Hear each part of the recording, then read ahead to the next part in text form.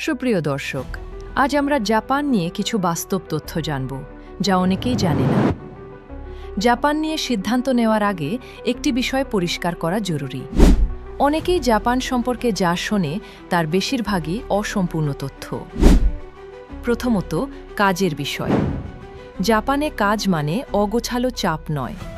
এখানে কাজ চলে নিয়ম, সময় আর দায়িত্বের উপর। নিয়ম বুঝে চললে কাজটা সিস্টেমের মধ্যেই থাকে। দ্বিতীয়ত, নিরাপত্তা ও ঝুঁকি। জাপানে সমস্যা সাধারণত হয় ভুল সিদ্ধান্তের কারণে, দেশটার কারণে নয়। প্রক্রিয়া, কাগজপত্র ও শর্ত পরিষ্কারভাবে জানলে ঝুঁকি অনেক কমে যায়। তৃতীয়ত, বেতন।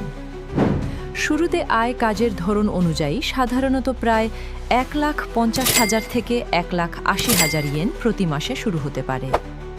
অভিজ্ঞতা, ওভারটাইম এবং ধারাবাহিক পারফরমেন্সের মাধ্যমে আয়ের সুযোগ ধীরে ধীরে বাড়ে। চতুর্থত, ভাষা। বেসিক জাপানি বলতে ভিসা অনুযায়ী দরকারি লেভেল বোঝায়। ভিসা অনুযায়ী জাপানি ভাষার প্রয়োজনীয়তা: SSW ভিসা, JLPTN4 বা JFT বেসিক A2 যথেষ্ট। স্টুডেন্ট ভিসা, JLPTN4 বা JFT বেসিক A2 দিয়ে শুরু করা যায়। ইঞ্জিনিয়ার পজিশন, JLPTN4 বা JFT বেসিক A2 যথেষ্ট। তবে যদি লেভেল N3 বা তার উপরে থাকে, তাহলে অফিস কমিউনিকেশন এবং জাপানে দ্রুত কাজের অভিযোজন আরও সহজ হয়।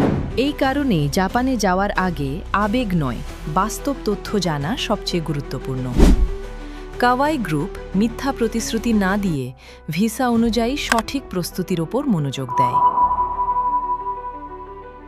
জাপান সহজ নয়, অসম্ভবও নয়। সঠিক পরিকল্পনা থাকলে এটা একটি বাস্তব ক্যারিয়ার অপশন। আশা করি এই তথ্যগুলো আপনার সিদ্ধান্তকে আরও পরিষ্কার করবে। পরের ভিডিওতে আমরা আরও গুরুত্বপূর্ণ দিক নিয়ে আলোচনা করব। আর হ্যাঁ, যদি এই ধরনের প্রফেশনাল ও বাস্তব তথ্য জানতে চান, চ্যানেলটি এখনই সাবস্ক্রাইব করুন। ধন্যবাদ সবাইকে।